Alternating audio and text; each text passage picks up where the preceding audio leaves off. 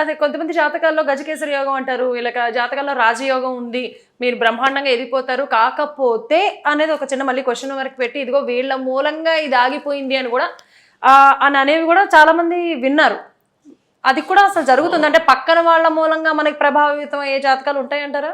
పక్కన వాళ్ళ మూలంగా ఎప్పుడు ఎవరిది ప్రభావితం కాదు. అంటే మనం నాన్న అమ్మో సిస్టర్స్ అట్లాంటి వాళ్ళ వల్ల పెద్ద ప్రభావితాలు ఏం కావు.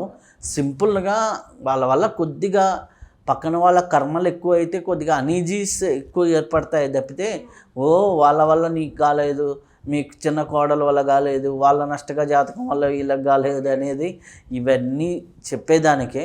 ఎవడి యోగం ఉంటే వాడికి అవుతుంది, ఎవడి యోగం ఉంటే వాడికి అవుతుంది. ఆ యోగం ఎట్లా ఉండాలి? మంచి యోగాలు ఉన్నాయనుకోండి, మంచి ఫలితాలు. గజకేసరి యోగం ఉంది. గజకేసరి అంటే ఏంటి? ఏనుగు మీద కూర్చోబెట్టి ఊరేగించే. ఏనుగు మీద కూర్చోబెట్టి ఊరేగించేది పూర్వకాలంలో రాజులు ఊరేగించేవారు. ఎవరికి? మంచి పండితులకి, మంచి సత్ప్రవర్తన, మంచిగా యుద్ధంలో గెలిచిన వారికి ఇట్లాంటి యోగాలు ఉండయి. కాబట్టి వీడు రాజు ఏనుగు మీద ఊరేగిస్తే పరిస్థితి ఉంది కాబట్టి వీడి గజకేసరి యోగంలో ఉన్నారా, హ్యాపీగా వీడి జీవితంలో సుఖంగా బతుకుతాడు అంటారు. అలాగే బుధాదిత్య యోగం. బుధాదిత్య యోగం బాగున్నవాడికి మంచిగా లెక్కలు వస్తాయి, లాజికల్ మైండ్ ఉంటుంది, లౌక్యం ఉంటుంది వీళ్ళకి. అలాగే మంచిగా రాజయోగం ఉంది. దశమాధిపతి దశమ స్థానంలోనూ ఏకాదశ స్థానంలోనూ ఇట్లా ఉన్నాడు అనుకోండి, వాడు ఈజీగా ఐఏఎస్ కొట్టడము, ఐపీ ఇట్లా మంచి ఉద్యోగాలు కొట్టడము ఇట్లాంటివి జరుగుతూ ఉంటాయి.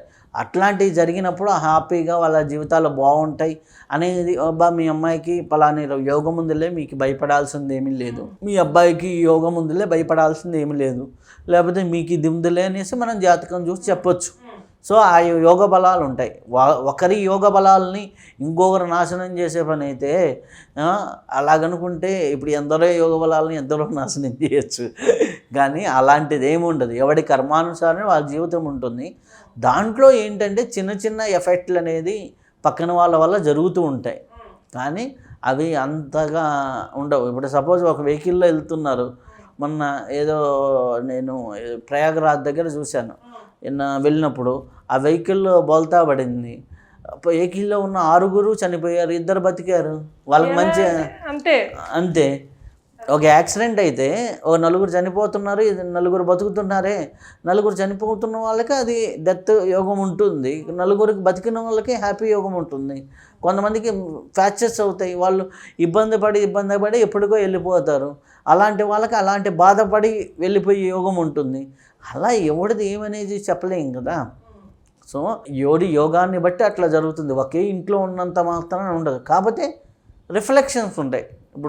ఇప్పుడు అక్క జాతకం బాగుండి చెల్లెల జాతకం బాగాలేదనుకోండి, చెల్లెల జాతకం ఇన్ఫ్లుయెన్స్ అక్క మీద ఎంత ఉంటుంది? నా చెల్లెలు బాగుంటే బాగుండు అనేది మానసికంగా కొద్దిగా ఉంటుంది కదా, ఆ ఎఫెక్ట్స్ అనేది ఉంటాయి అంతే.